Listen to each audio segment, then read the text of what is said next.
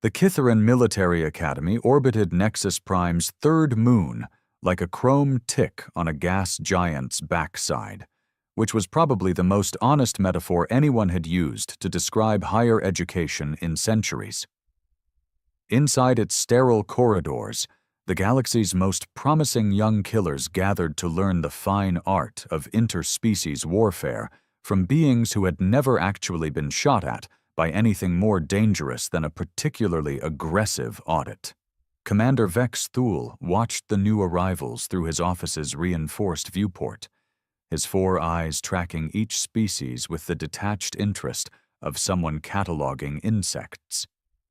The Zephyrians floated in their environmental bubbles, naturally translucent, and convinced their ethereal nature made them superior warriors. The Krathan delegation stomped around in powered exoskeletons, their beetle-like carapaces gleaming with fresh military polish. Even the Silicate Collective had sent a representative, a walking crystal formation that hummed with barely contained electromagnetic fury. "Another stellar crop of galactic nobility," Vex Thule muttered, his mandibles clicking in what passed for amusement among his species. "I wonder which one will wash out first." The docking bay's atmospheric processors chimed as another transport sealed against the station's hull. Through the viewing port, Vex Thule watched a lone figure emerge, bipedal, unremarkable in stature, carrying what appeared to be a canvas bag slung over one shoulder. The human had arrived. In the Academy's central armory, weapons displays lined the walls like shrines to technological superiority. Plasma rifles hummed with contained stellar fire. Neural disruptors gleamed with the promise of scrambled synapses. Gravitometric weapons sat in their cradles like sleeping gods of physics. The alien cadets moved through the space with reverent appreciation, their various appendages hovering near their chosen instruments of destruction. Kex 9, the Krathan delegation's prime specimen, hefted a molecular dissociator with obvious relish. Over 97% of viewers here are watching without subscribing. Don't be one of them. Hit that subscribe button right now and join the journey. Every click helps us grow stronger, and you'll never miss the next epic story. 15,000 particle interactions per second, he announced to nobody in particular, his voice booming through his suit's external speakers.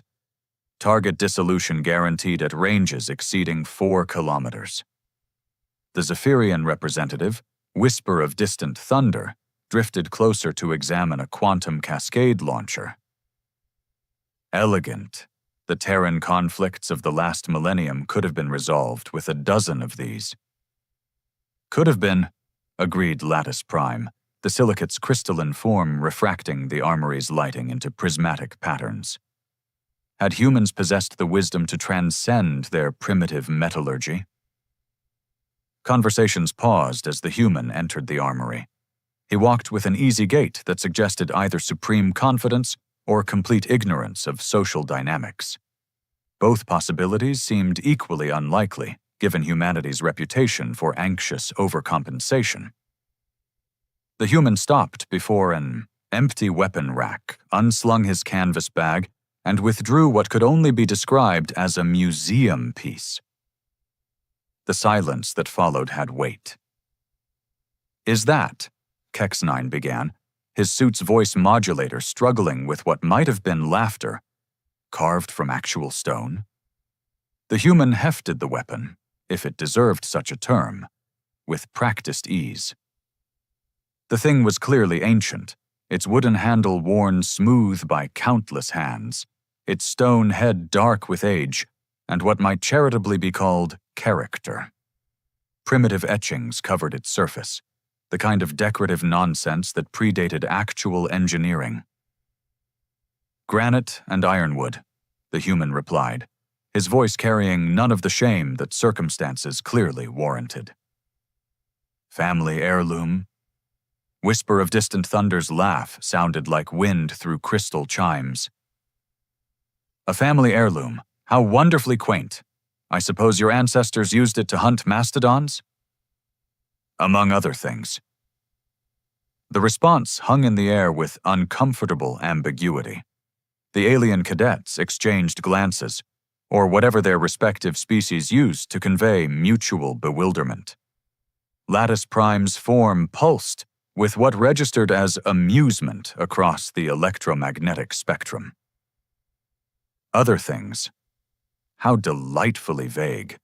Perhaps it was used for agriculture, splitting kindling, ceremonial fruit preparation.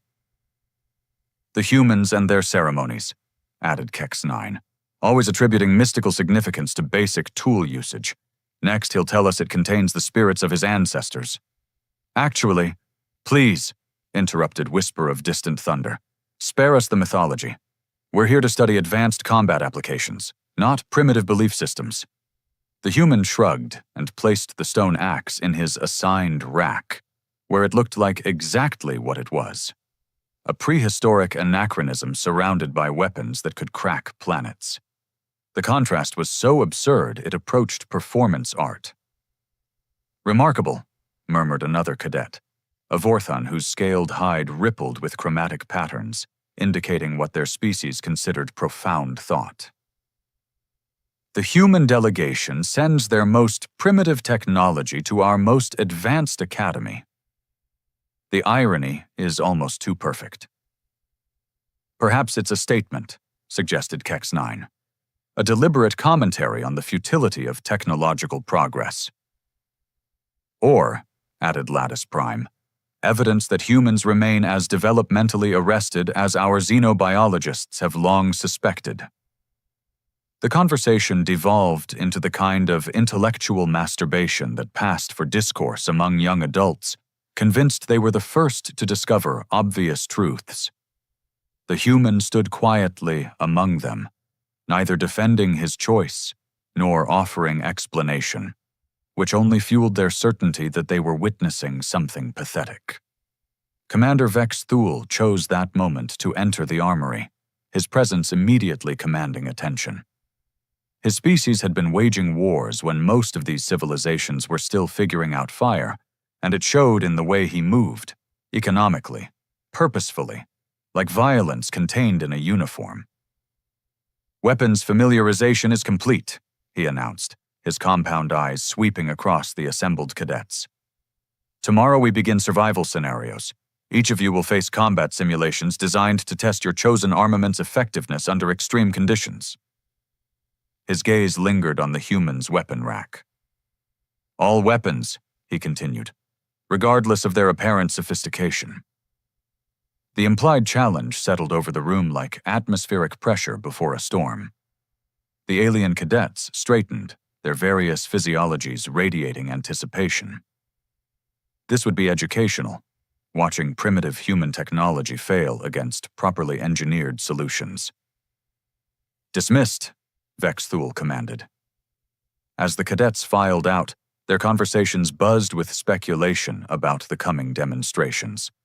Bets were already being placed, odds calculated, entertainment anticipated. The human lingered, running one finger along his weapon's ancient handle. Interesting choice, Vex Thule observed once they were alone. Is it? The human asked. For someone carrying a stone axe to a weapons academy, you seem remarkably calm. Should I be nervous? Vex Thule's mandibles clicked again. Definitely amusement this time. That depends entirely on what you know that they don't. The human met his gaze with eyes that held depths the commander hadn't expected. Everything has a history, Commander, even stones. Indeed. Vex Thule turned towards the exit, then paused. Fair warning, tomorrow's simulations have a 97% failure rate. Most cadets don't survive their first encounter. Most cadets, the human replied, aren't carrying family heirlooms.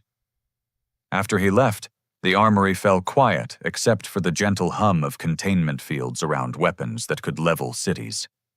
In its rack, the stone axe sat motionless, dark, primitive, and utterly unremarkable.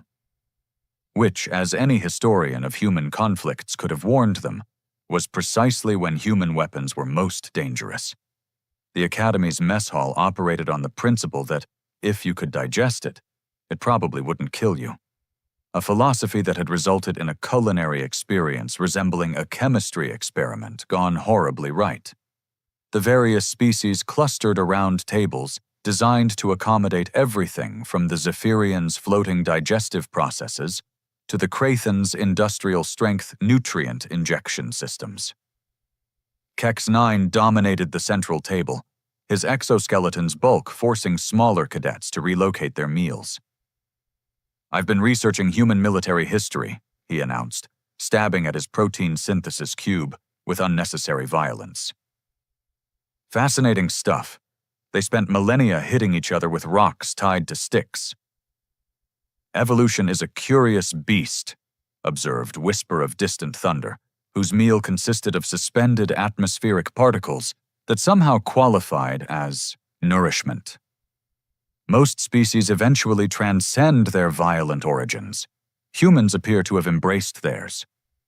3 tables away, the human sat alone, methodically consuming what appeared to be actual organic matter, a dietary choice that reinforced every stereotype about primitive biological needs. His stone axe lay beside his tray, as if he expected someone to steal a museum exhibit. "The weapon predates their industrial revolution by millennia," continued Lattice Prime, whose crystalline form required no sustenance but seemed to enjoy the conversation. "I accessed their historical databases. Similar tools were used for everything from warfare to woodworking to ritualistic dismemberment." "Ritualistic dismemberment?" The Vorthon cadets' chromatic scales shifted to deep purple, their species' equivalent of morbid fascination. How wonderfully barbaric. "Oh, it gets better," Kex 9's speakers crackled with what passed for glee. They also used them for something called execution ceremonies, public spectacles where they separated criminals from their heads. The table fell silent as various alien physiologies processed this information through their respective moral frameworks. The concept of public violence as entertainment struck most of them as profoundly disturbing, which said something, considering several of their homeworlds still practiced formalized dueling. "And this is what he brings to combat our quantum weaponry," murmured Whisper of Distant Thunder. "The psychological implications alone suggest deep cultural pathology." Across the mess hall, their human classmate continued eating with apparent indifference to the conversation he certainly could hear. His posture suggested either supreme confidence or complete resignation, both equally puzzling responses to social ostracism. "Perhaps," suggested the Vorthon, "we should view this as educational opportunity, a chance to observe primitive combat methodology in controlled conditions." "Like a living museum exhibit," agreed Lattice Prime. "Though I question the Academy's decision to include such anachronistic elements in serious military training." The discussion was interrupted by the arrival of Wing Commander Zal Neth, whose species had evolved from aerial predators and retained an unfortunate tendency to perch on furniture. She settled atop a chair back with casual grace, her feathered crest indicating mild amusement. "Discussing tomorrow's entertainment, I see," she said, her voice carrying the musical quality that made her species natural diplomats and terrifying interrogators. "The betting pools have reached impressive levels." "Betting pools?" Kex 9's external speakers conveyed genuine interest. "Current odds place the human's survival at approximately 300 to 1 against." Zalneth preened one wing with deliberate casualness. "Several cadets have wagered their semester allowances on the spectacle lasting less than 30 seconds. 30 seconds seems generous," observed Whisper of Distant Thunder. "How long does it take plasma fire to melt stone?" "Depends on the stone," came a voice from behind them. The alien cadets turned to find the human standing beside their table, his meal tray balanced in one hand, the stone axe in the other. His approach had been completely silent. a detail that registered somewhere between impressive and unsettling. "I beg your pardon?" Lattice Prime's electromagnetic field flickered with surprise. "You asked about plasma fire-melting stone," the human replied conversationally. "The answer depends on the stone. Granite has a melting point of roughly 1,300 degrees Celsius. Plasma weapons typically operate at temperatures exceeding 10,000 degrees. So, to answer your question, not long at all. The silence that followed carried the weight of a dozen species trying to determine whether they'd been insulted or educated. How scientifically precise, Zalneth managed, her crest flattening against her skull. "I find precision useful," the human said, then looked directly at Kex 9. "For instance, your molecular dissociator operates by destabilizing atomic bonds through targeted particle bombardment.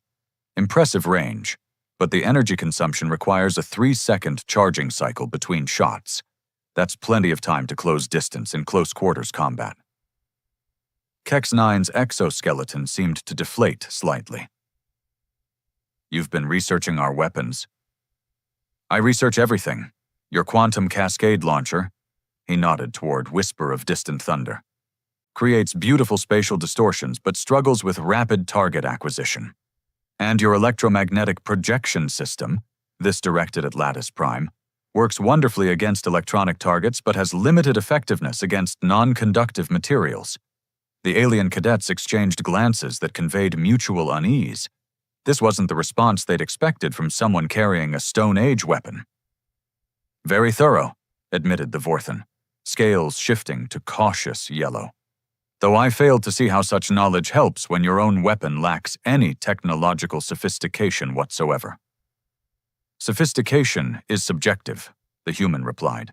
"This axe has killed more enemies than all your advanced weapons combined." "Historically speaking," Kex 9 protested, "that's hardly a fair comparison. Primitive weapons saw extensive use simply because nothing else was available." "True," the human agreed, "but history has a way of repeating itself."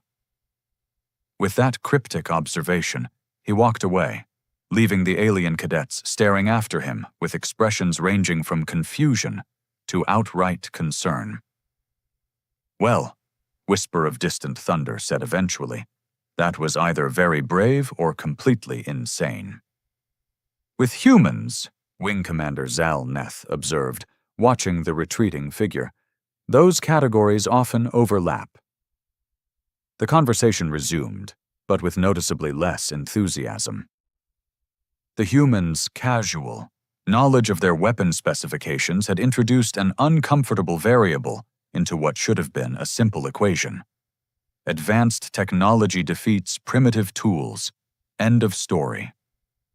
Several hours later, the Academy's holographic training center hummed with activity as cadets ran preliminary combat simulations.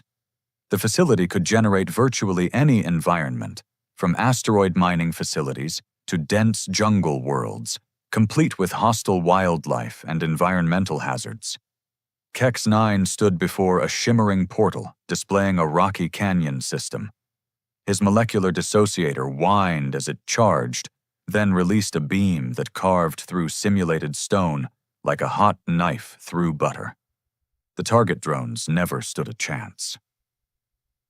"Excellent precision," called Instructor Thelvex, a grizzled veteran whose species had been perfecting warfare since before most galaxies had finished forming. "Remember to compensate for gravitational variations in actual combat conditions." At the adjacent station, Whisper of Distant Thunder demonstrated the quantum cascade launcher's ability to fold space around targets, effectively crushing enemies within their own twisted dimensions. The effect was both beautiful and horrifying, exactly the kind of aesthetic violence that impressed military instructors. Lattice Prime's electromagnetic projection system proved equally devastating, turning the training chamber into a light show of crackling energy that reduced everything in its path to ionized particles. "Impressive displays," Thelvex noted, making marks on his evaluation tablet. "Tomorrow's scenarios will provide more challenging opposition." The human waited patiently for his turn, stone axe resting across his shoulders like a farmer's tool rather than a weapon of war. The contrast with his classmates' high-tech demonstrations was almost comical. "Your turn," Thelvex announced with barely concealed skepticism. The human stepped toward the holographic portal, then paused. "What parameters should I expect?" "Standard urban combat scenario. Multiple hostile targets, limited visibility, environmental hazards. Same conditions as everyone else." "Understood."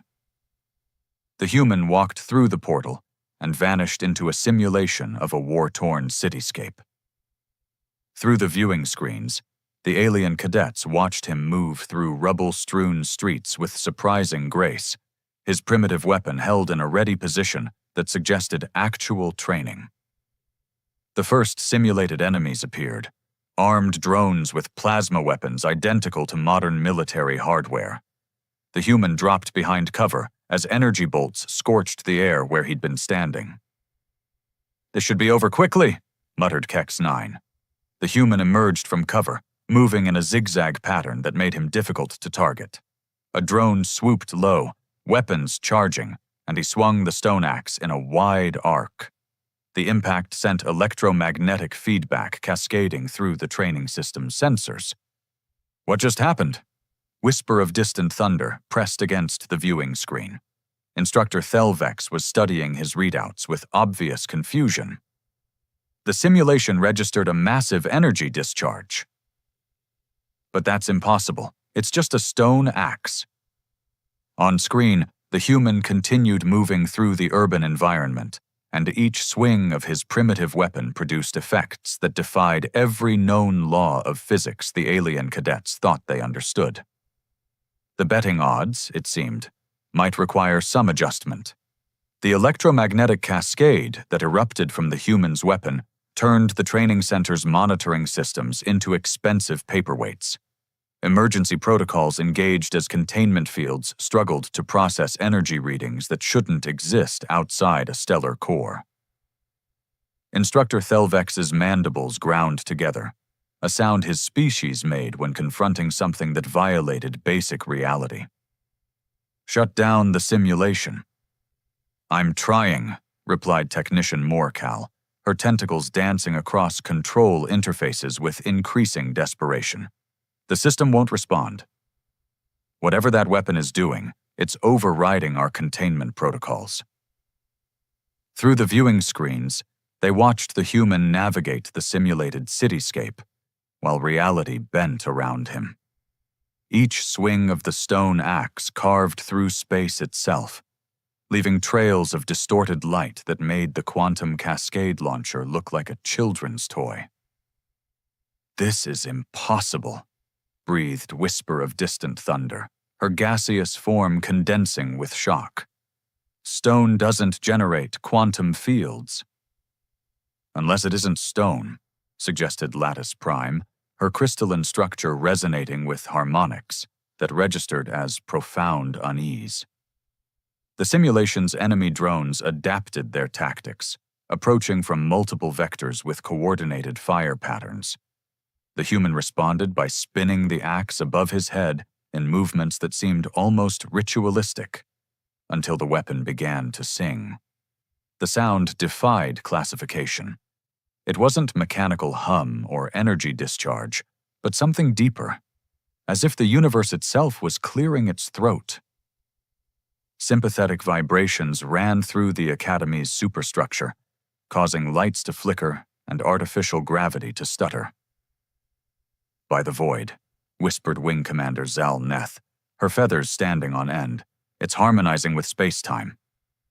Kex 9's exoskeleton registered increasing radiation levels.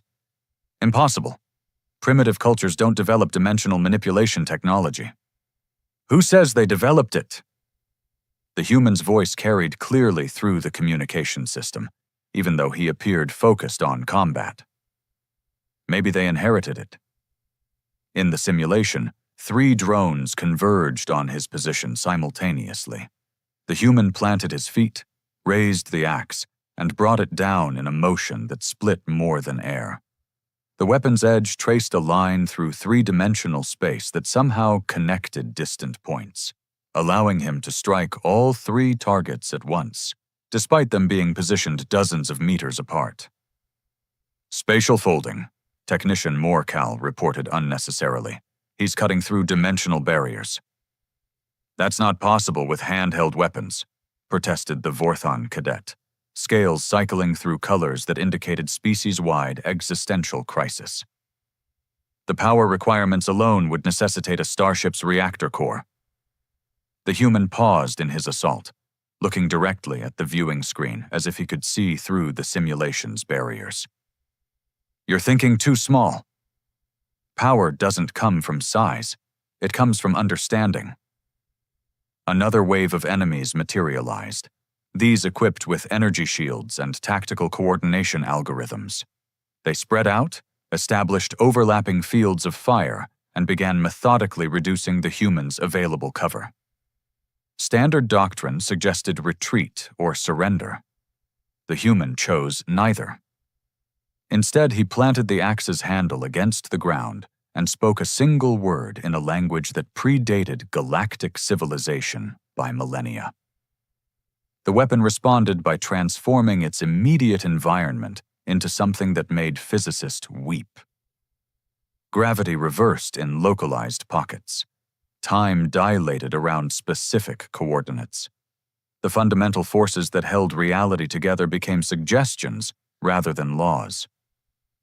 He's weaponizing physics, Instructor Thelvex observed, with the detached fascination of someone watching their worldview collapse. The axe isn't just cutting through space, it's editing the universe's source code. The enemy drones found themselves caught in impossible situations, flying upward through reversed gravity while experiencing time at half speed, or discovering that their energy weapons now fired backward through folded space to strike themselves. Within minutes, the supposedly overwhelming force had been reduced to confused scrap metal. Simulation complete, announced the training center's automated systems with suspicious cheer.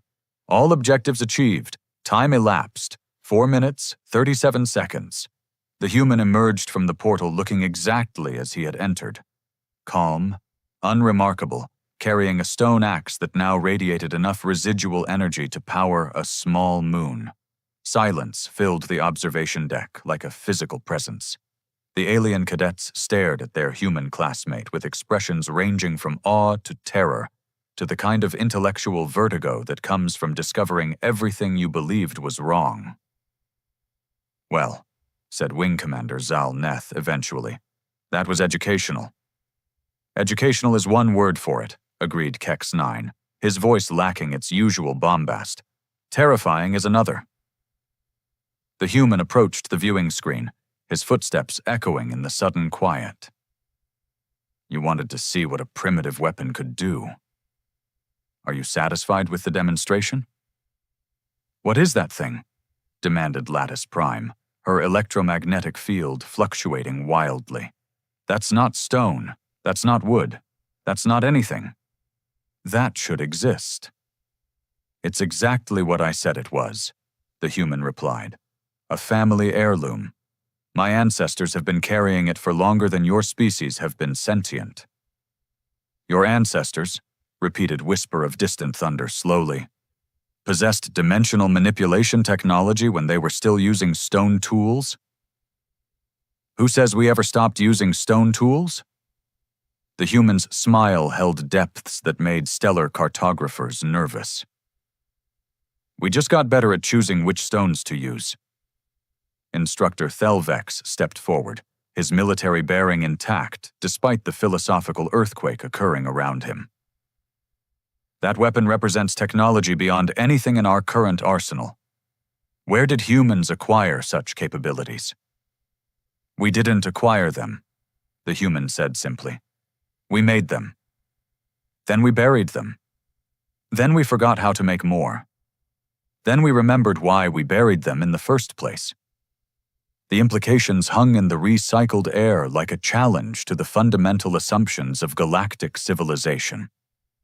Every species present had built their identity around technological superiority, progressive advancement, and the steady march toward greater sophistication.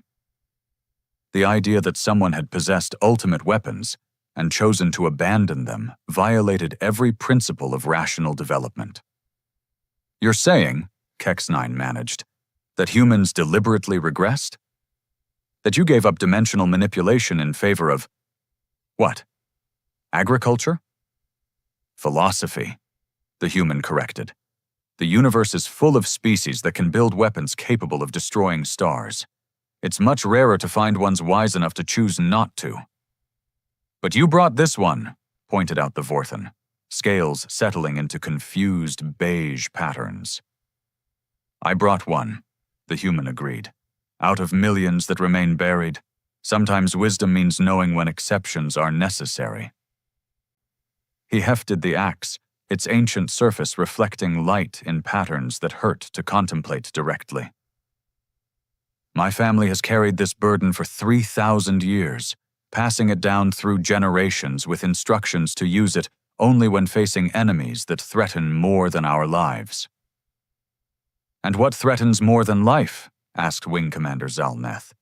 The human looked around the observation deck, meeting each alien gaze with steady eyes that had seen too much history. "The assumption that newer is always better," he said quietly. "The belief that technological advancement equals wisdom.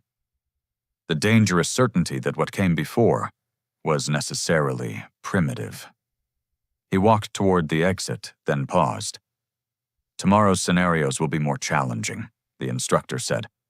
"I wonder if any of you will reconsider what weapons you've chosen to carry." After he left, the alien cadets remained frozen in contemplation, staring at the training center's energy readings that still defied rational explanation.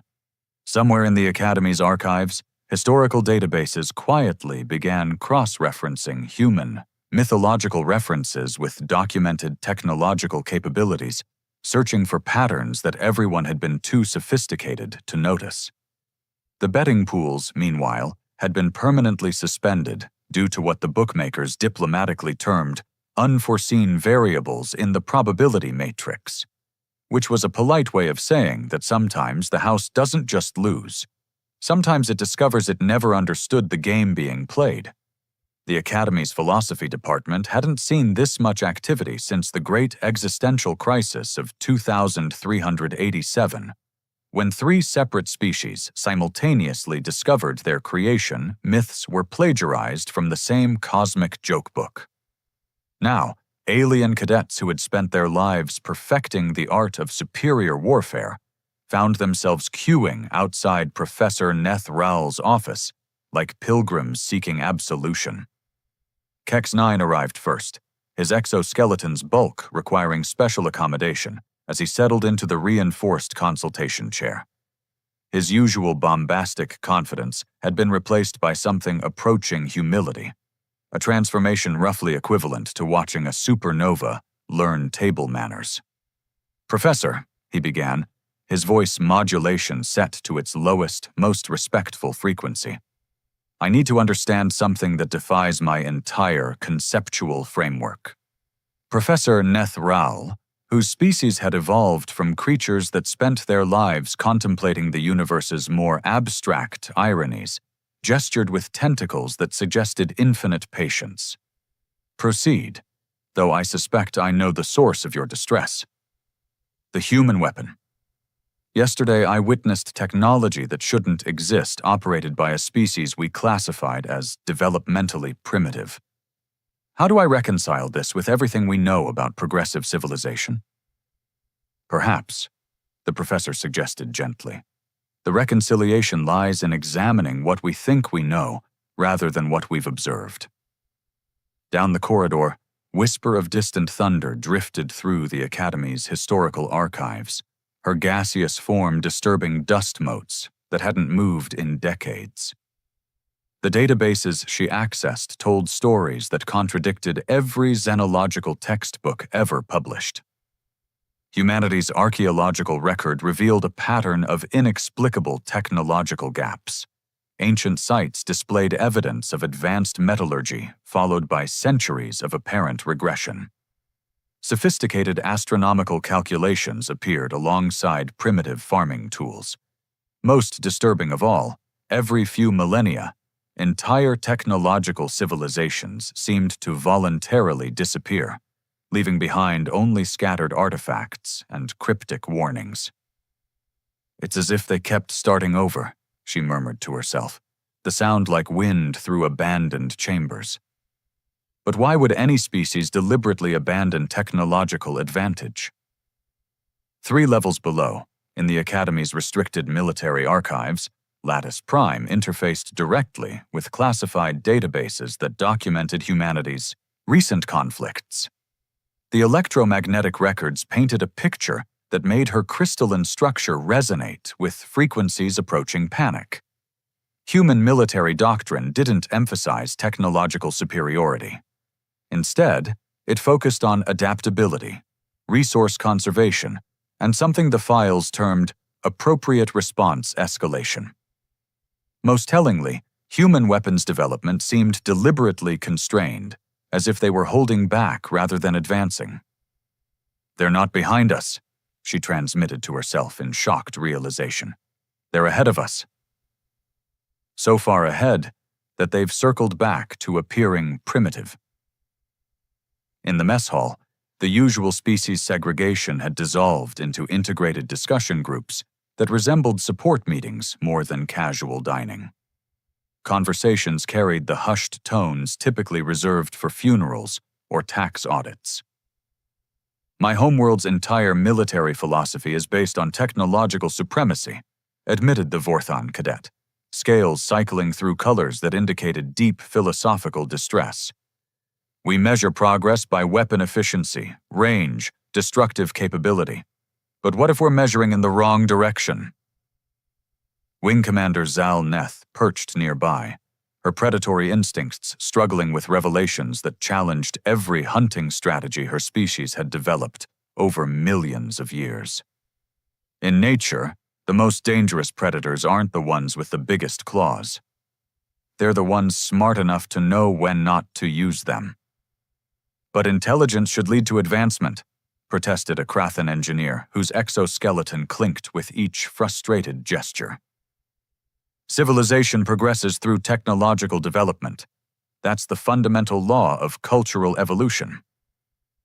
"Unless," suggested a voice from behind them, "civilization is smart enough to recognize when progress becomes regression." The alien cadets turned to find the human approaching with his meal tray, the stone axe conspicuously absent from his usual ensemble. He sat among them without invitation, a breach of social protocol that somehow felt less like rudeness than long overdue integration. "Where's your weapon?" asked Whisper of Distant Thunder, her form condensing with curiosity. "Resting," the human replied, attacking his synthetic protein with methodical efficiency. "Weapons like that require recovery time between uses. The universe needs to stabilize after extended dimensional manipulation." "Recovery time," repeated Kex-9 slowly. "You mean it has operational limitations?" "Everything has limitations. The trick is understanding them before you need to." The human paused his meal to look around the gathered aliens. "You've been researching, I see." "How did you know?" asked the Vorthan. "Because you're asking different questions. Yesterday you wanted to know how a primitive weapon could be so effective. Today you're wondering why an advanced species would choose primitive weapons." The distinction hung between them like a philosophical chasm that had suddenly become visible. "So tell us," Wing Commander Zal Neth demanded, with the directness her species used when abandoning diplomatic niceties. "Why did humans abandon dimensional manipulation technology?" The human's smile carried sadness older than stellar formation. "Because we got good at it. Really, terrifyingly good at it. Good enough to crack planets accidentally. Good enough to tear holes in space-time during domestic disputes. Good enough to realize that some capabilities are too dangerous to trust to human nature. But surely safeguards," began Lattice Prime. We built safeguards. Then we built safeguards for the safeguards. Then we had to build safeguards to protect us from the safeguards we'd built to protect the safeguards. The human's expression suggested someone recounting a recurring nightmare. Eventually, we realized the only effective safeguard was choosing not to build the weapons in the first place. Yet you carry one, pointed out the Krathen engineer. I carry one because sometimes the universe presents situations where the choice is between using ultimate weapons or losing everything worth protecting. The human's voice carried the weight of inherited responsibility. My family has been making that calculation for 3,000 years. We've used this axe exactly 7 times. The silence that followed allowed everyone present to contemplate what circumstances might justify deploying reality-warping weapons only 7 times across 3 millennia. What were those 7 times? Whispered whisper of distant thunder. Twice to stop wars that would have consumed entire solar systems. Once to prevent a plague that would have sterilized the galaxy. 3 times to seal dimensional rifts that other species accidentally opened. And once. He paused, looking directly at Commander Vex Thule, who had approached their table without announcement. Once to ensure that a certain military academy's survival scenarios didn't accidentally kill cadets carrying weapons they didn't fully understand. Vex Thule completed. The alien cadets stared at their instructor with expressions that suggested multiple species experiencing simultaneous existential revelation. You knew, accused Kex 9. You knew what that weapon was. I suspected, Vex Thule corrected. Human military advisors recommended we invite a representative to our advanced weapons program. They were unusually specific about which representative to invite and what he should bring. The entire scenario was staged? Asked the Vorthon. Not staged, the human corrected. Educational. There's a difference between teaching through deception and teaching through revelation. Wing Commander Zal Neth's crest flattened completely. What exactly were we supposed to learn? That advancement isn't always advancement. That newer isn't always better. That sometimes the most sophisticated response to complex problems is elegant simplicity. The human stood, gathering his meal tray. And that dismissing something as primitive without understanding it is the kind of arrogance that gets civilizations conquered by people carrying stone axes. He walked toward the exit, then turned back one final time. Your species are impressive. You've built weapons that can shatter moons, manipulate quantum fields, project force across dimensional barriers, but you've forgotten the most important question any weapons designer should ask. Which is, prompted Commander Vex Thule, not can we build this, but should we build this? The human's gaze swept across the assembled aliens one last time. Humans learned the hard way that the answer isn't always yes. Hopefully you won't have to learn it the same way we did. After he left, the mess hall remained quiet except for the gentle hum of life support systems recycling air that suddenly seemed to carry the weight of civilizations that had risen, peaked, and chosen their own paths forward. Outside the viewing ports, stars wheeled in their ancient patterns, indifferent to the philosophical revolutions occurring within a military academy that had inadvertently become a classroom for wisdom rather than warfare. The betting pools, incidentally, had been replaced by something unprecedented in galactic history. A waiting list for a philosophy course taught by the Academy's most primitive student, who had somehow become its most advanced instructor without anyone noticing the transformation. Which, as any anthropologist specializing in human behavior could have explained, was exactly how humans preferred their most important lessons to be learned. Quietly, thoughtfully, and with the kind of delayed revelation that made you realize you'd been asking the wrong questions all along.